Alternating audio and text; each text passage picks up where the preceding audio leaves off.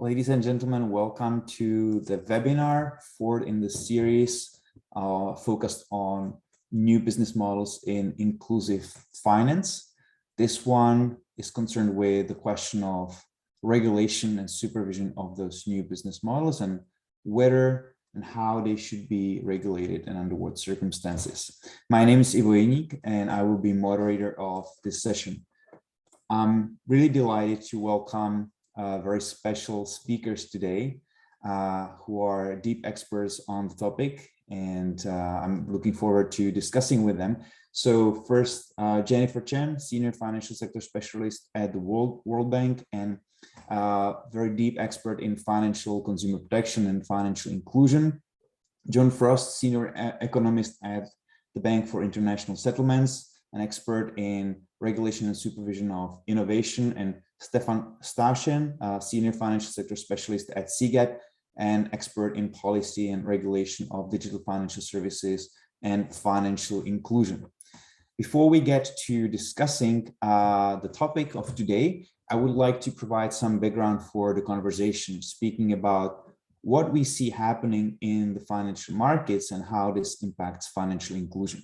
And as I present and as we then discuss with the guest speakers today, feel free to use the chat function to post questions. We will have some time at the end for a Q&A session as well, but don't hesitate to raise points and questions as we go along.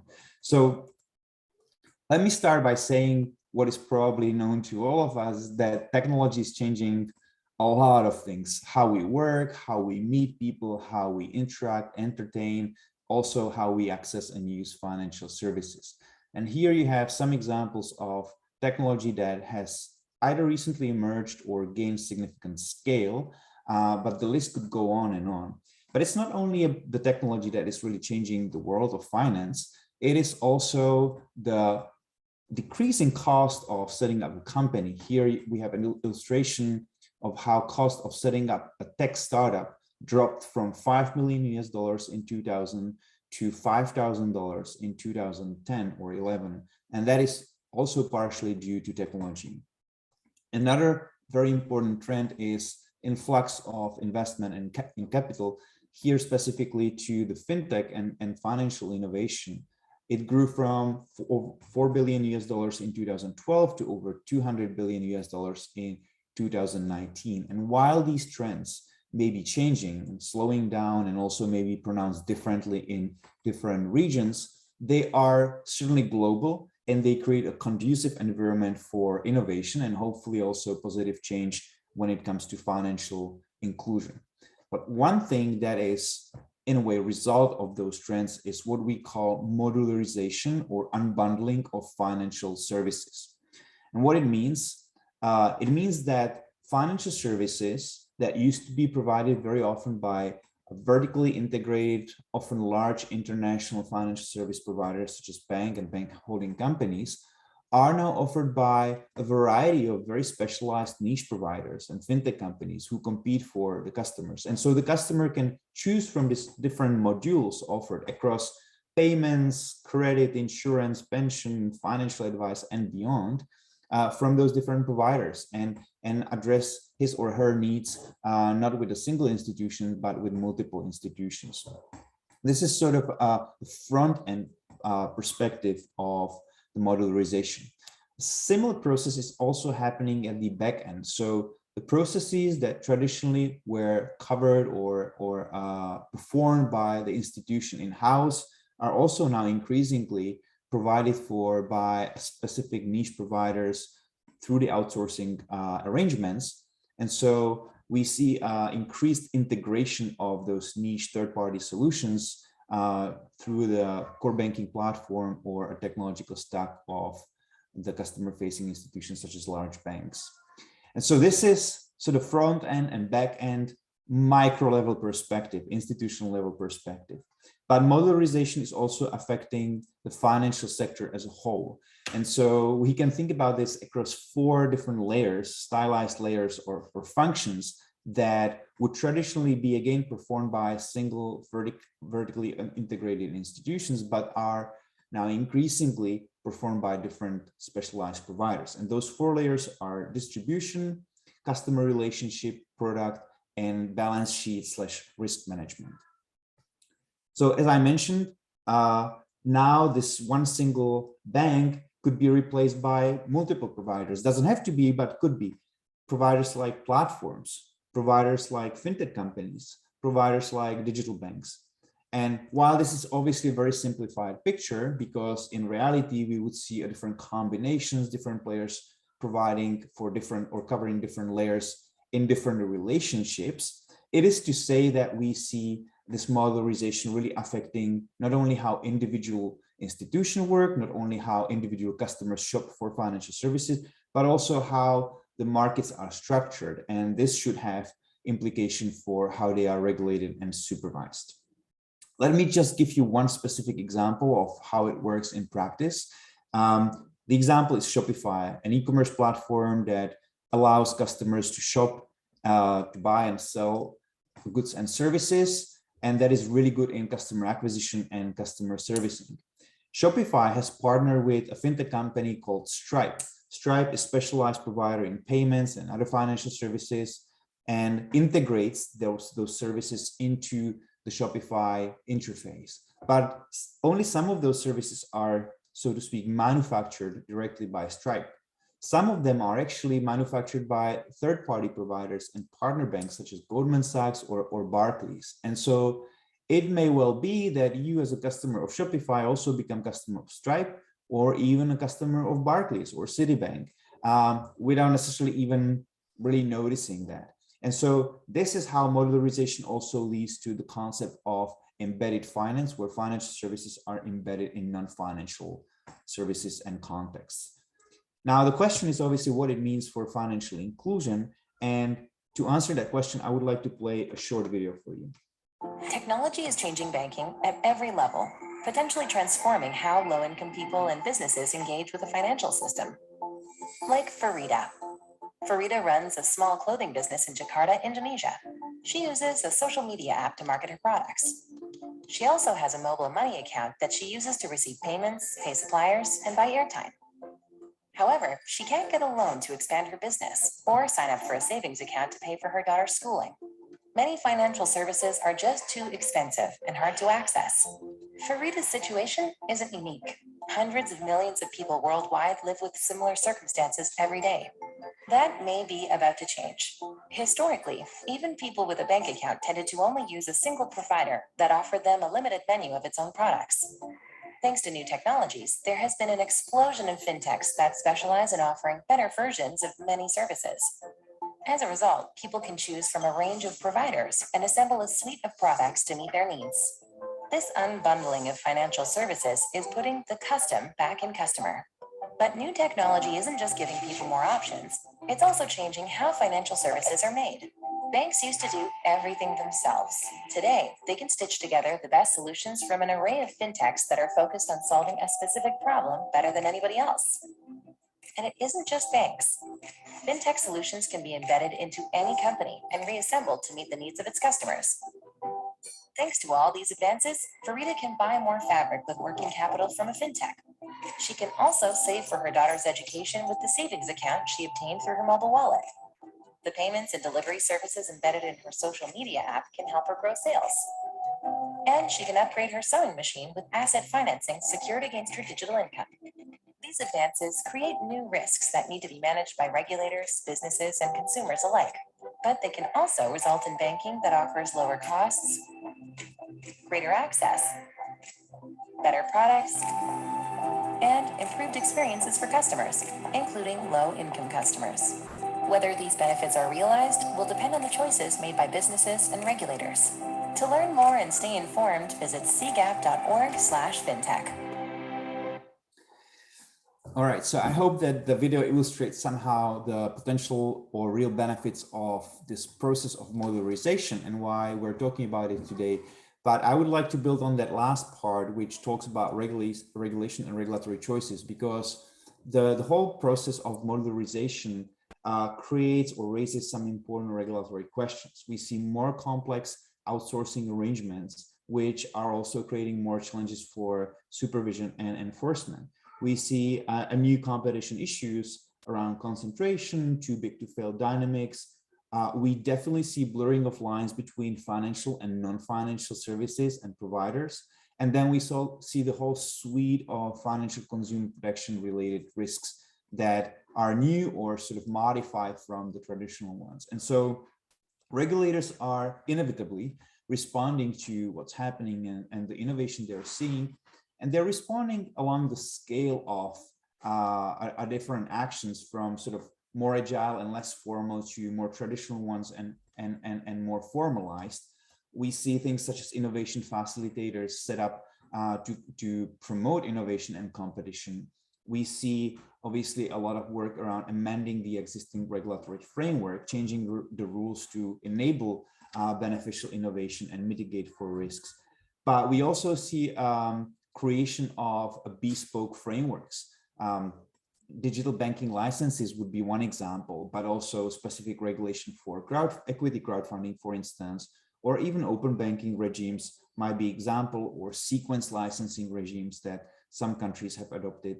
And then we see also investment in building new types of infrastructure, such as retail fast payments, or obviously most recently CBDCs, building data ecosystems and RegTech solutions would be another examples. And so this is just a background for the conversation that I would like to now have and kick off with the guests, where let me just stop sharing the presentation and we should get into some of the difficult questions that regulators wrestle with in today's world. So,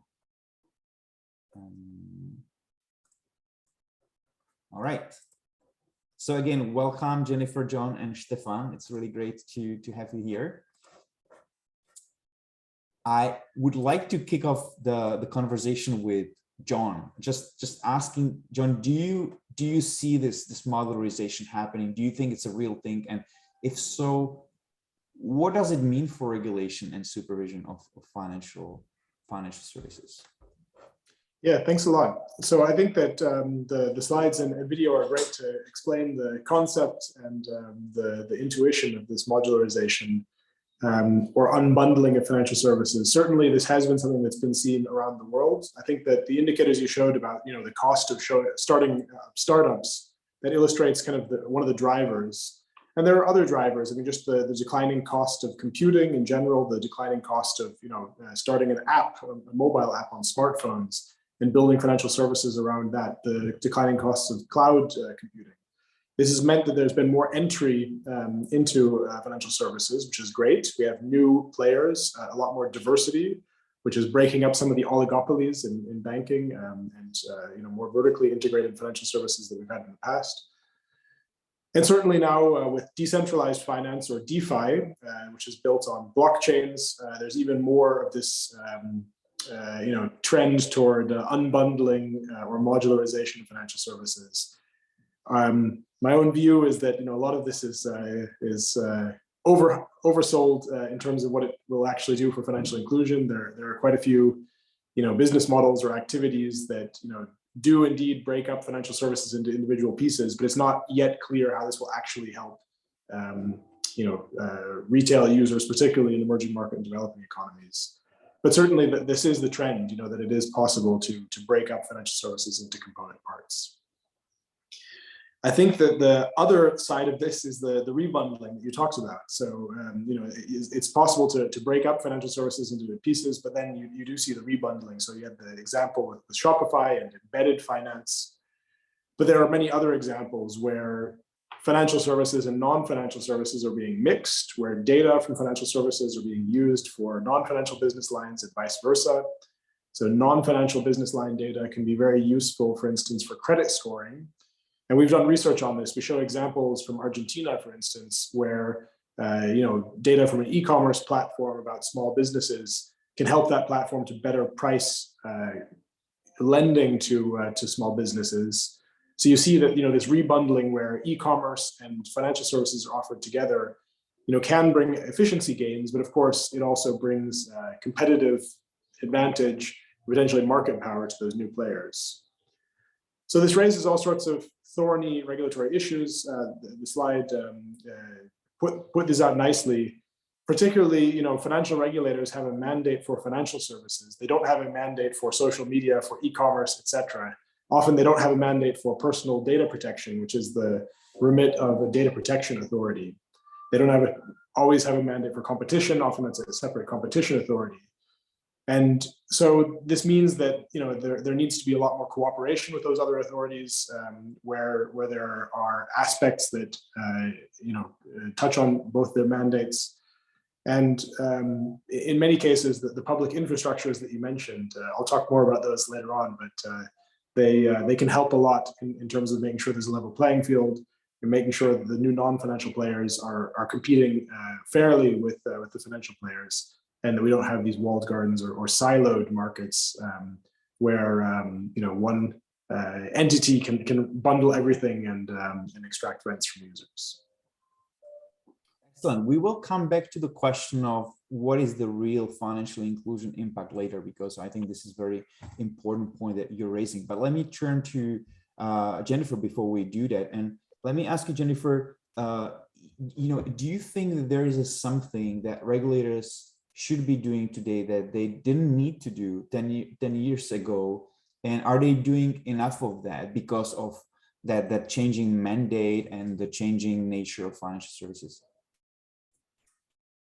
Thank you, Eva, and thank you for the opportunity to participate in this very interesting discussion. I think it's a good question and a tough one. I will share my view from my perspective of working with regulators in emerging markets and developing countries.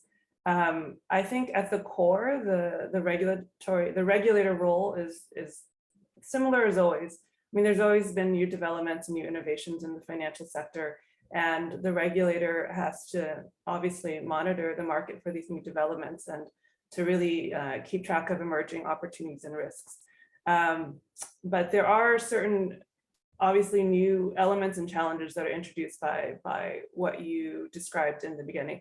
And for me, it's not just the modularization of financial services, but a range of different innovations. So new technologies being used, new business models, algorithmic scoring, as John was alluding to, a range of different things and different innovations that are positive but bring new risks and issues to consider. I think for regulators, a couple of interesting points that I would highlight.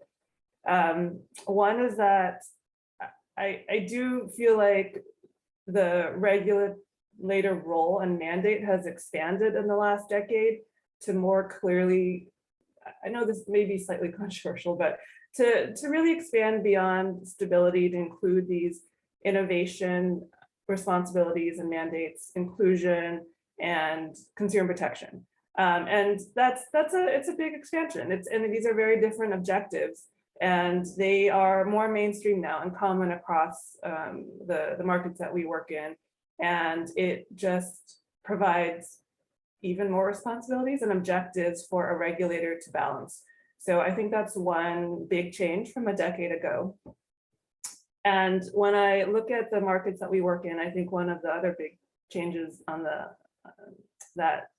is not a big change, but one of the challenges is that all of these innovations, they make the market much more complex to monitor, and then on top of that, to balance these competing objectives now, combined with the fact that regulators will always have a lack of resources and capacity, and will always, in some senses, be behind the curve. I mean, in all the countries we work in at the bank, this is a constant concern and issue we hear from regulators, that they always feel behind the market, and always playing catch up, trying to monitor new innovation. So I think that's just an inherent challenge, and is only becoming more challenges with the expanded mandates for regulators and the increased complexity.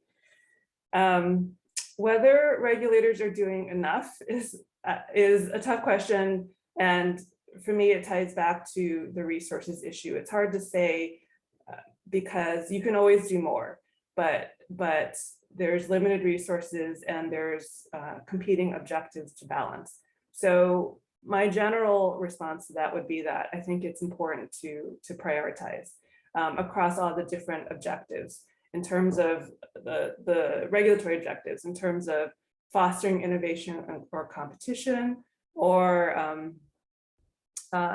trying to address and mitigate emerging risks to financial stability or integrity or to financial consumer protection.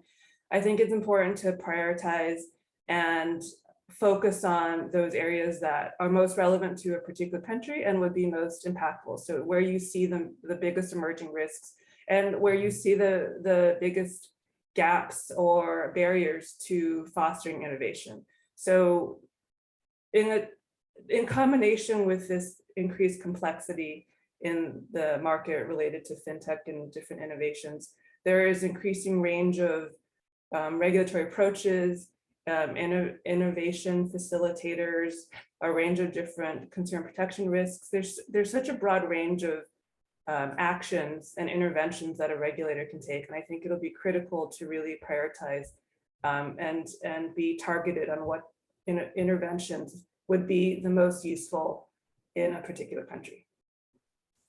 Thank you. Oh, sorry, can I say one more thing? Please do, yeah, of course.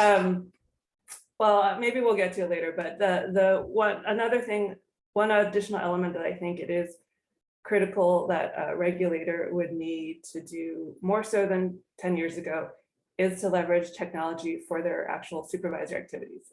I feel like otherwise it's impossible to try to keep up with these trends. So we can probably get to this later, but I think there's a whole discussion around regulators and supervisors being more data-driven and leveraging RegTech and SupTech, and I think that's one opportunity. I think that's probably one necessity to try to keep up with the market. No, this is really important point, and I'm glad that you interrupted to raise that point, because yeah, it's critical. I will just follow up on something that you said about both actually you and John mentioned about the expanding mandate, and this is a question really for all of you. You know, are regulators on a slippery slope of expanding their mandates, and there's no stop for them because, you know, John mentioned data, for example, and there are data protection authorities. Competition is now almost being widely accepted as part of the regulatory mandate.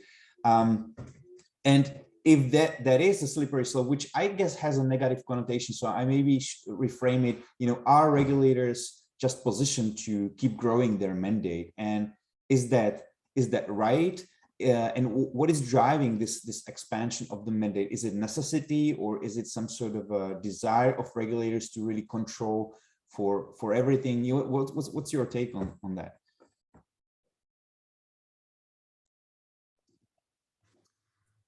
Sorry, did you want me to respond? I kind of addressed that question to all of you, so whoever wants to go first, just well, I can give a quick response now. I feel like we should let Stefan jump in. I think it's probably fair to characterize it as a slippery slope, particularly in the countries that we working at the World Bank, because there's a very real opportunity cost and a limited set of resources. So you will run into the issue, and it's for sure an accurate description, because so many, beyond just what we've talked about with bespoke regulatory frameworks and things that are squarely in the financial sector perimeter, there are, I think, as we're going to get to in the discussion, so many other broader issues on data privacy, on competition, on ICT regulation, on data privacy that go beyond. And you do see financial sector regulators increasingly trying to cover these topics, at least with respect to financial services, and I think it's a struggle. I don't know if there's a clear-cut answer. I think I know what I would say, which is what we always say, which is that you need more coordination across across authorities, including these other authorities.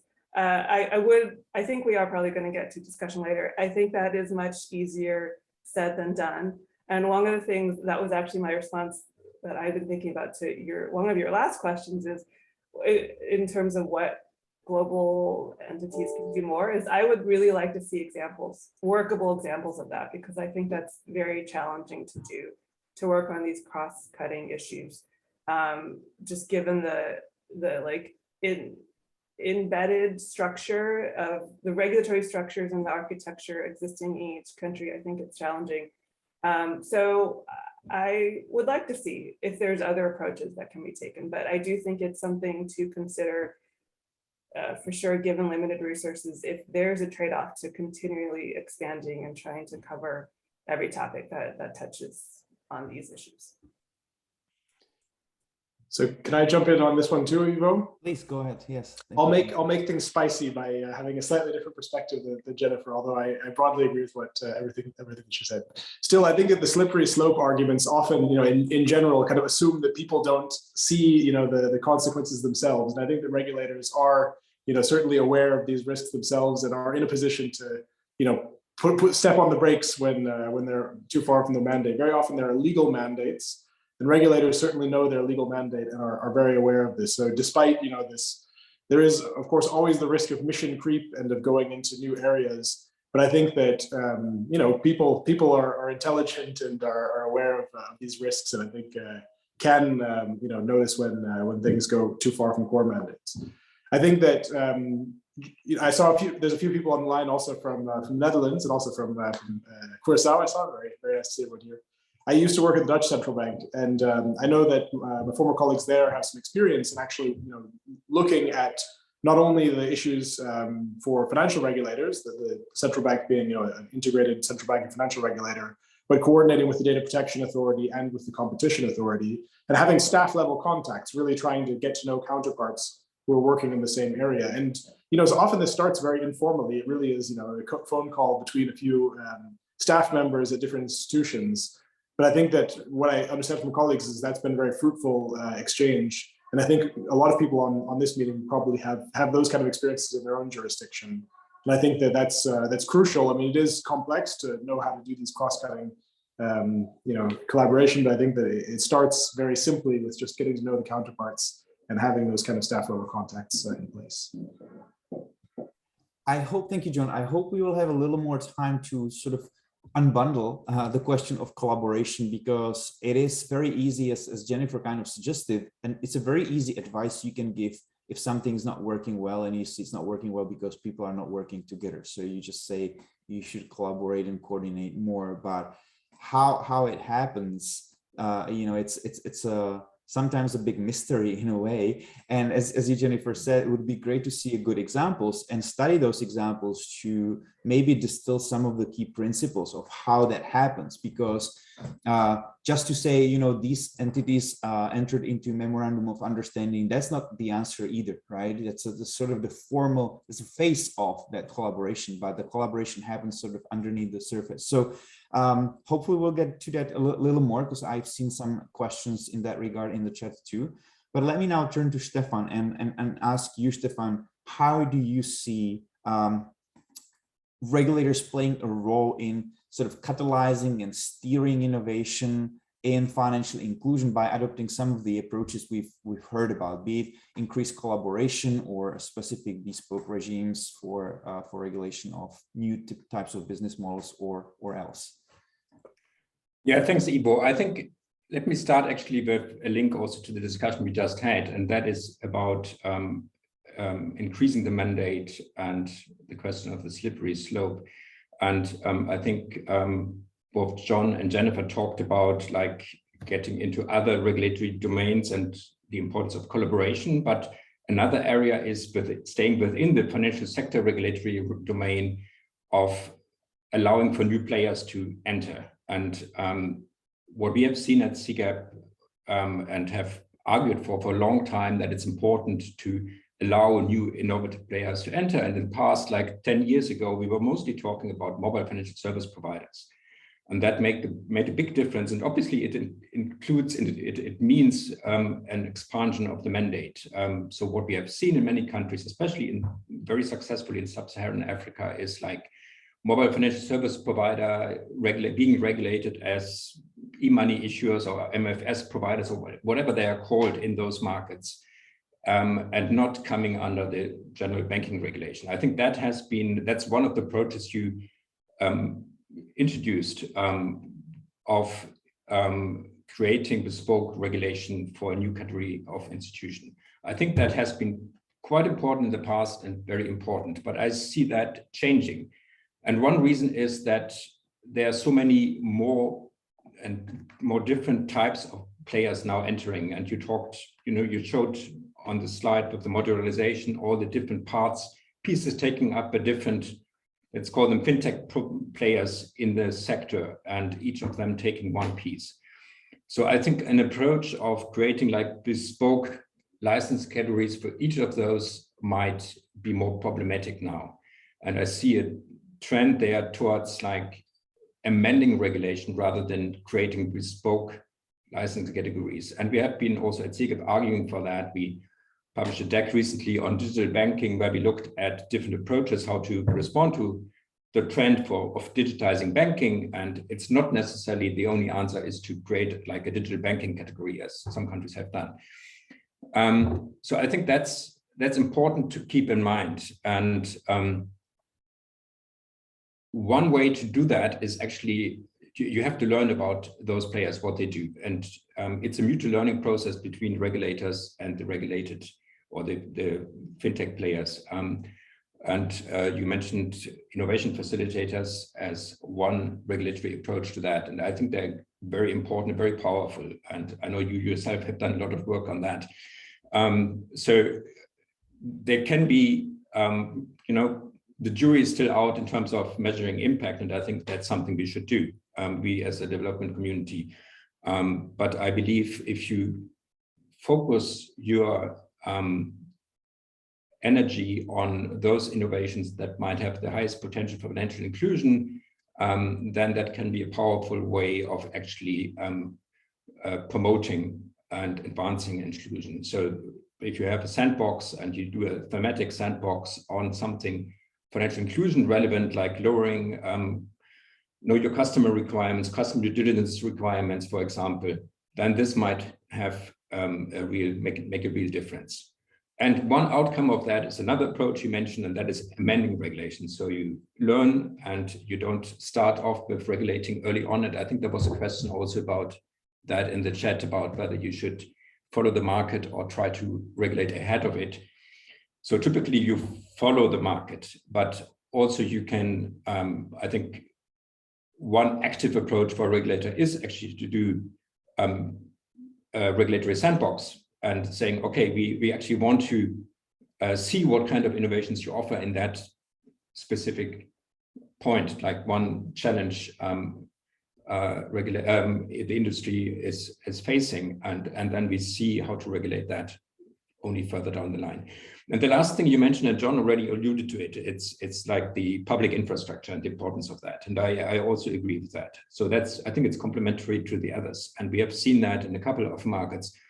Just to mention, like fast payment systems, UPI in India or PIX in Brazil, they make a huge difference, I think, because it's so much easier also for new players to connect, like in India, for the big techs, they can play and can offer embedded financial services without being like directly licensed, but they can actually make use of the rails which are there and then partner with the bank and do that. And there's not much of integration to do, so there's a lot of efficiency gains in doing that. So this importance can't be underestimated.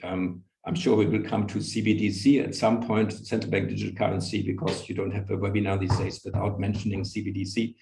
But that's another one. The jury is still out. There's a lot of discussion on that, but I think there is certainly potential also in this being public infrastructure and hopefully fulfilling some of the hopes in terms of what it achieves in financial inclusion.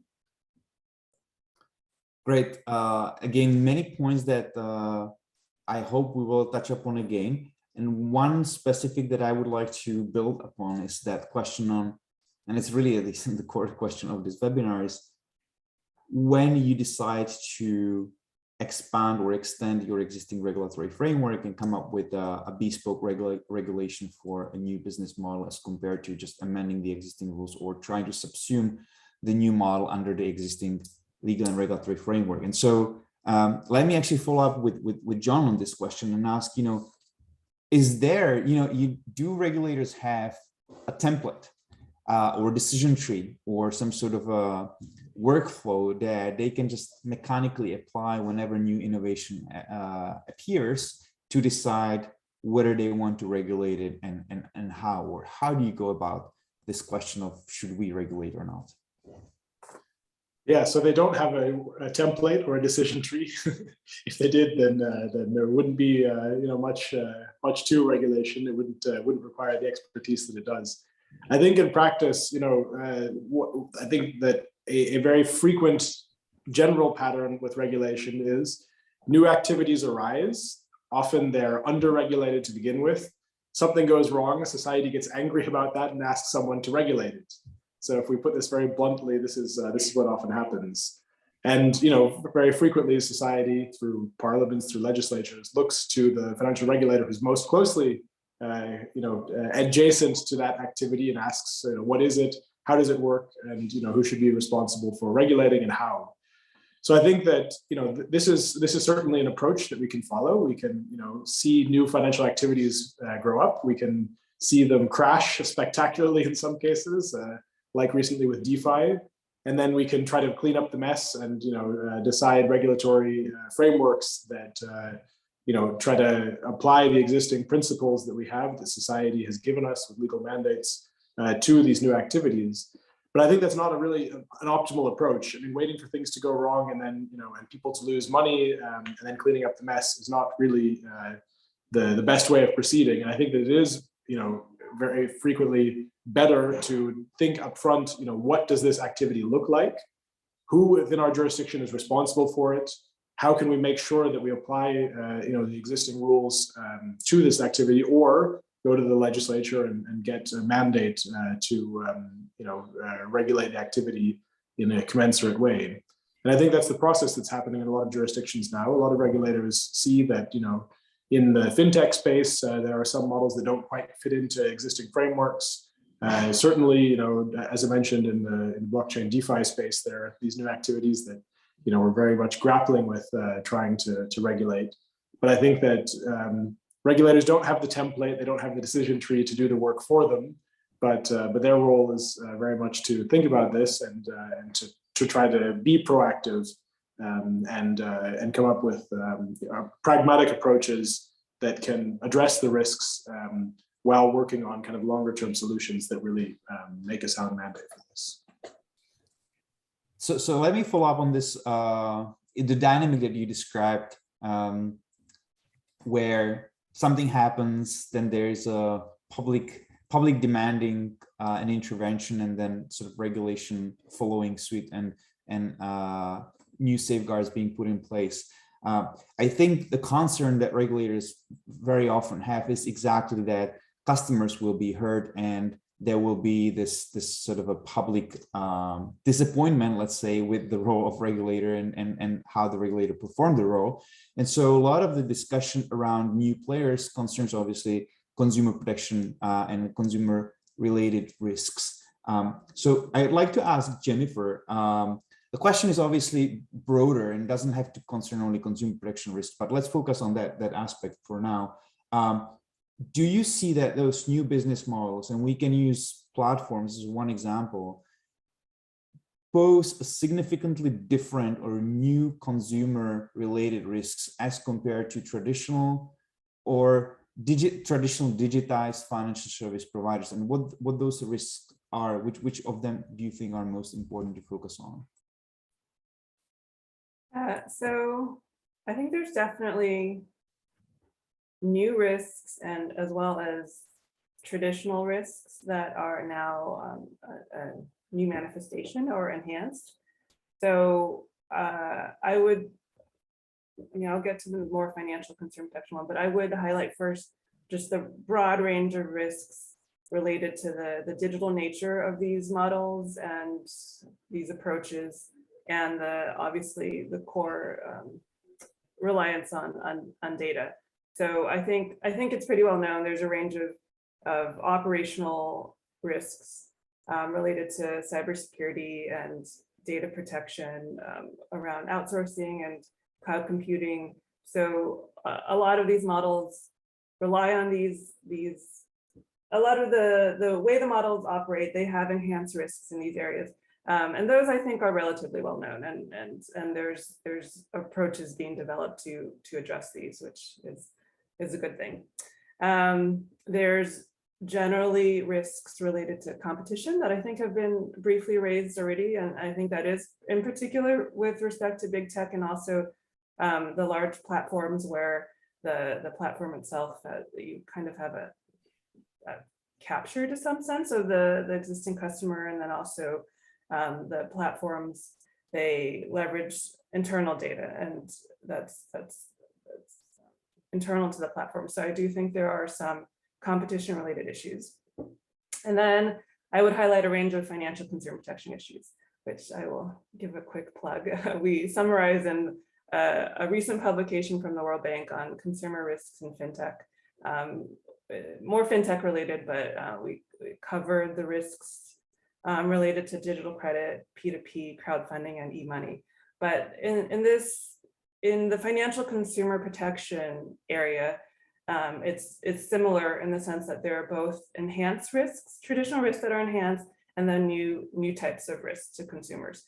So in terms of traditional risks, that there's a new manifestation of them. One obviously is disclosure and transparency is a core issue in consumer protection, and there are new challenges to disclosure when you're talking about disclosure via digital channels, particularly over mobile phones. There's inherent limitations on the effectiveness and completeness of providing information to consumers.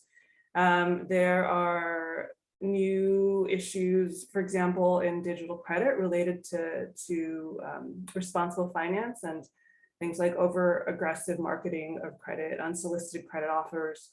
So these are risks that existed before, but in the financial consumer protection space, but are much more enhanced in some of these new models that we're seeing. And then there are some new types of risks. Well, actually, no, there's another risk around in platform finance, and in platform finance mean more marketplace finance like P2P and crowdfunding, where you might have conflicts of interest between platform operators and the users of those platforms. And then there are new types of risks related to, the main one I would highlight is related to algorithmic scoring and big data analytics around potential discrimination. That's kind of a new type of risk that, and is also one that cuts beyond, it goes beyond the financial sector. It's related to, you can have the same type of discriminatory risks related to algorithmic scoring in different applications, though particularly in digital credit. So there's a range of new risks, and taking a step back, two additional elements I would highlight are that we haven't mentioned too much yet is, with a lot of these models, you also have added risks due to the vulnerability of consumers who are not that familiar with these new models. The readiness of consumers in terms of financial literacy and digital literacy and financial literacy is always a concern with respect to financial consumer protection. And I think it's enhanced with these models. If you have low digital literacy and you have consumers who are even less aware of how these models operate. As you said in your introduction, they may not even understand the different actors and institutions behind an offering that they see, the main interface that they see. They may not know what products they're getting. They may not fully understand risks in these new models. So that increases the potential for harm to the consumer. And then the last major thing I would point out is that all of these new and enhanced risks exist. And I think that one of the biggest issues is one related to regulatory perimeter. So you can try to address all these issues to the best of your ability in enhancing regulatory frameworks. But if there is an inherent gap in the perimeter where you're not fully covering the range of new providers, or there's oftentimes cross-border activities, and so you can't even affect where the source of the services are coming from. If many of these issues go beyond the financial sector, they're difficult to address because of these regulatory perimeter issues. And I feel like those are still kind of open questions that have not been well resolved how to address that. Mm-hmm. Thank you. And we've got a question on that related precisely to that last point, that sometimes the problem is that the regulation is very narrow, leaving those gaps, and it's really hard to address that unless you go through the legislative process of really overhauling the law and going through the whole legal and regulatory reform. The question I have, though, is just out of curiosity, do you also see risks that are kind of disappearing because of the technology or because of, you know, the new trends? Are we eradicating some of the risks that existed? And it's really a question maybe for all of you to if something comes to mind, but it seems like we're only getting more risks as the world of finance is getting more complex. I think there are examples of innovative activities that reduce certain risks. So, you know, there are examples in financial market infrastructures that can reduce settlement risk or reduce credit risk, you know, between the time when, you know, a trade is you know, executed versus when it's finally settled. I think that, you know, those innovations have been going on for some time. And for a couple of decades now in the FX markets, we've had, you know, the move to CLS, we've had the move in the derivatives markets, central clearing. These are meant to reduce those kind of risks. And I think now what's interesting is that some of those are moving to the retail space where, you know, payments can be executed more quickly such that, you know, it's less likely that something goes wrong between those 2 points. I think also, you know, there are paper-based processes that have a lot of human error, and, you know, it even comes down to, you know, loans for individuals. And Jennifer mentioned, you know, algorithmic discrimination, which is definitely a new risk, a problem. Fully agree with Jennifer, that's very important. But, you know, there's been a lot of discrimination by loan officers, human loan officers in the past, and, you know, we can potentially reduce some of that with technology. So certainly, you know, there are risks that are reduced, and some innovation actually does, you know, reduce risks in ways that also make the job easier for regulators. But yeah, unfortunately, there are plenty of other cases where risks increase and new types of risks emerge. Great, great examples. So let me turn to Stefan with, again, a question that kind of builds on the discussion and specifically points around regulating activities. And I think, John, you've made reference to activities several times. Obviously, the challenging thing is that the activities can be combined in different ways, and so it's very complex. But I would like to ask Stefan, you know, is it activity-based or is it institution-based approach that is really the one that regulators should follow? Because there's been a lot of discussion about this, and I've heard different perspectives. So what's your take? Yeah, I'm afraid I might not have the answer for you, but I think it's maybe if you had asked me that question like a couple of years ago, I would have said, oh, I think we should go towards activity-based. Because, you know, in the past, it started with institution-based. You had banks, you mostly had banks, to be true, you know, and then you had maybe payment providers, but it was really focused on institutions. But then there was increasing understanding that other players might offer the same activities. And then it sounded very intuitive to say, like, same activities, same regulations, same rules apply.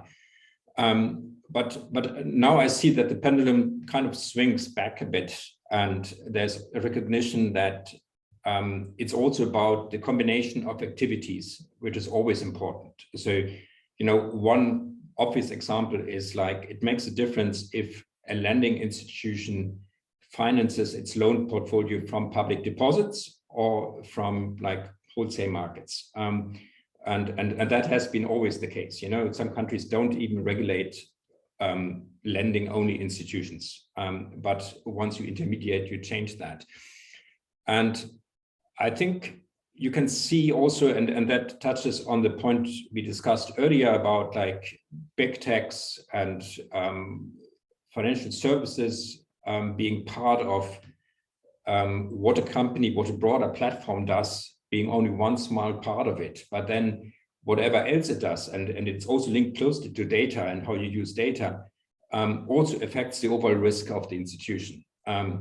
And in the end, it's institutions that fail, and it's not activities. So I think, especially when it comes to like issues like data protection and competition, institution an institutional focus is still very important. I think it's harder to say what that means in practice. And I haven't heard like a recommendation, at least not a lot, for like, oh, the next thing we need is to have like a big tech regulatory framework, because they are special in the way they use data.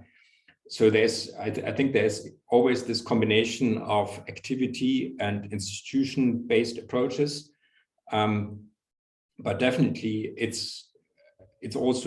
touches on other domains which are very important, where again we get back to the point we had at the beginning of the discussion about collaborating with other authorities, because they become also quite relevant then for, I don't see necessarily the financial regulator being like the main data protection authority and also the main competition authority in the financial sector. That depends very much on the country, but often it's the other authority which has the lead on that. But then you need to coordinate closely with the financial regulator. Well, thank you, Stefan. I must admit that the dichotomy between activity-based and institution-based is a little confusing to me, because I know that sometimes institutions are defined through the activities they perform. So it's actually the mix, even when you look at the laws and how they define, for example, what is a bank.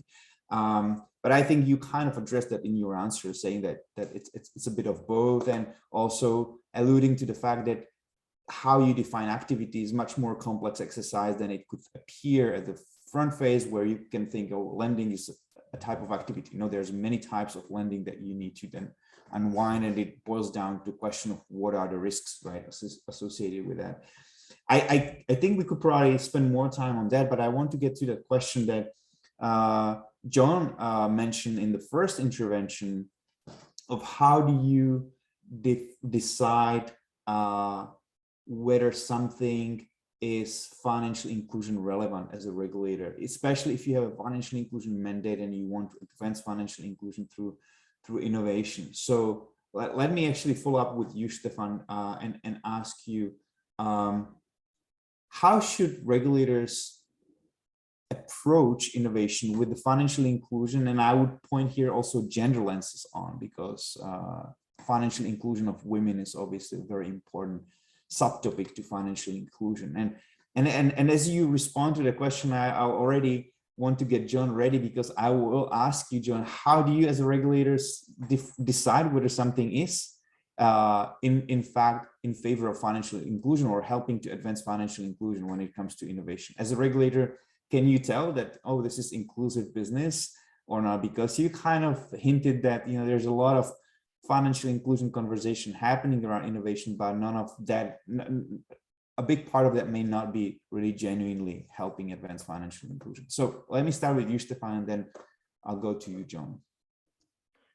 Yeah, from my experience, I think the single most important factor in whether a business model is financial inclusion focused and has positive impact on financial inclusion is, in the end, the type of institution and what they are interested in, and whether they are driving for like serving new types of customers, going down market or not, which makes it incredibly difficult as a regulator then to decide. You can't just, that's not a criterion a regulator would typically look at. Is that like a double, triple bottom line approach among the promoters of that institution?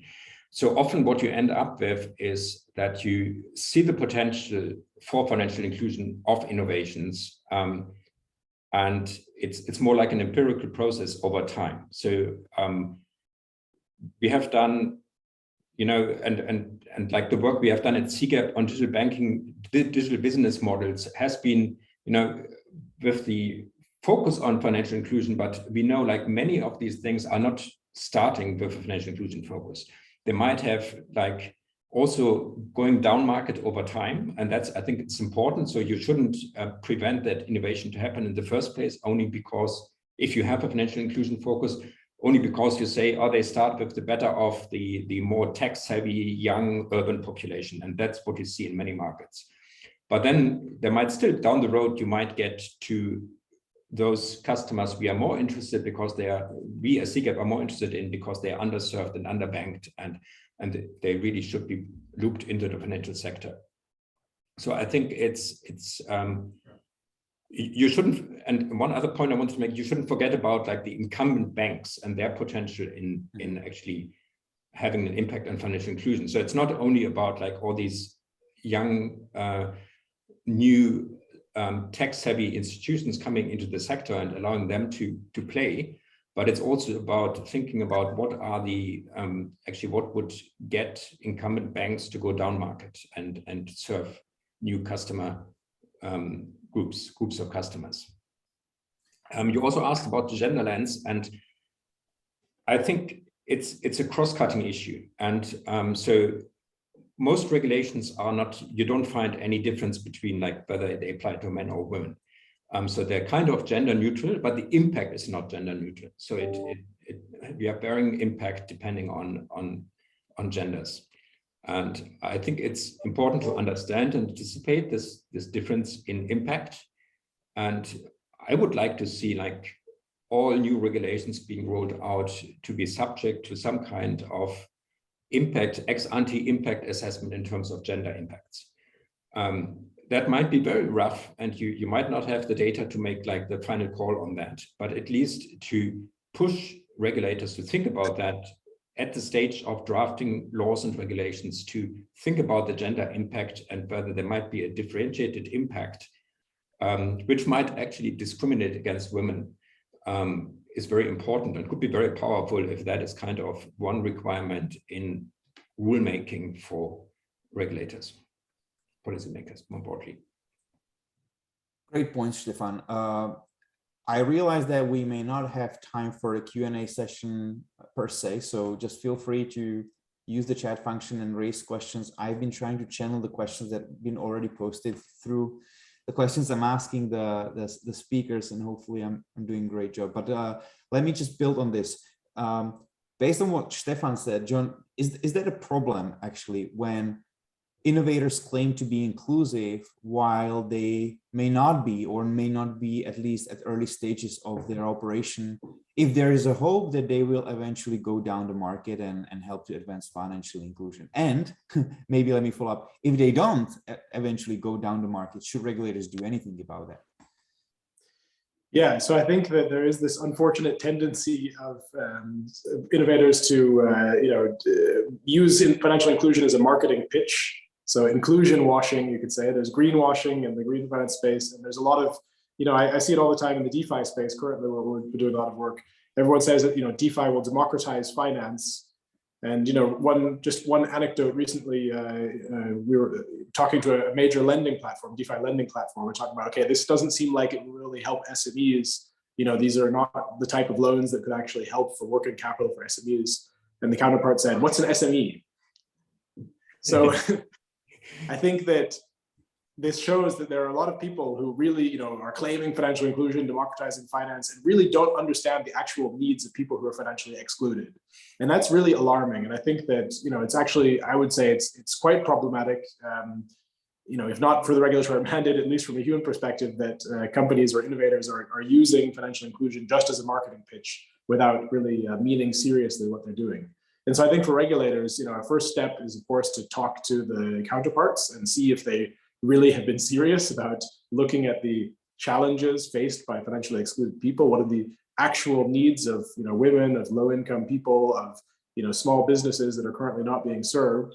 And I think that certainly it's possible that someone who doesn't know what an SME is, who doesn't have any clue about financial inclusion, can develop a product that could be helpful. But I think it's very unlikely. And I think that regulators can really push and encourage innovators to really put their money where their mouth is and really work in that direction. And on gender inclusion, just a very brief note that we've done work looking at the fintech gender gap. And again, there's been a lot of discussion about fintech in general helping to close the gender gap and helping to serve women. But what we see on aggregate, at least, is that there's actually much higher adoption by men really across the range of fintech products and services. And I think that, there is this tendency that a lot of new products are initially marketed toward young, urban, higher income groups and are adopted more by men. And I think that, just having the gender disaggregated information, being able to show whether things have actually had an impact for women is very helpful, and it also gives a KPI that private innovators can look at and maybe point to. Thank you. So I'll stop there, and maybe Jennifer has some further thoughts on these. I could tell that Jennifer had some reaction to this, so please, Jennifer, go ahead.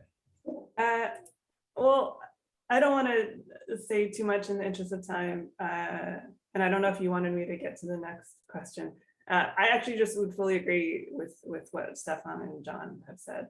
I especially as someone who's worked from financial inclusion from the start, it bothers me how much people throw around the term and say that they're addressing financial inclusion, just kind of like a default language now, which and many places and policymakers as well. I think there is a tendency to conflate fintech with financial inclusion, and I think it's good and necessary to try to unpack that and be more clear. But I also think, to your specific question on if you can tell upfront what has true inclusion potential, I think that's very hard. And I look at just the traditional microfinance space. I am increasingly really bothered, and I'm sure, I think probably other people on this call would know, like there's so many entities now that are payday lenders that call themselves microfinance institutions. And in the last decade, it's been such a bigger and bigger issue, and it's not clear to me what to do about it. And I think it's hard to say ex ante that an institutional type or a model will necessarily always be for financial inclusion. I think it's quite hard to say. There may be certain approaches or technologies that may be more inclined to benefit inclusion, but even if you talk about using alternative data and data scoring, there's risks to that as well of over indebtedness and pushing too much credit. So I think it's difficult to say institutional type and ex ante whether something is good for inclusion, and there's always a range of potential impacts. So I don't know if that just raises more questions, but I think it's difficult to say.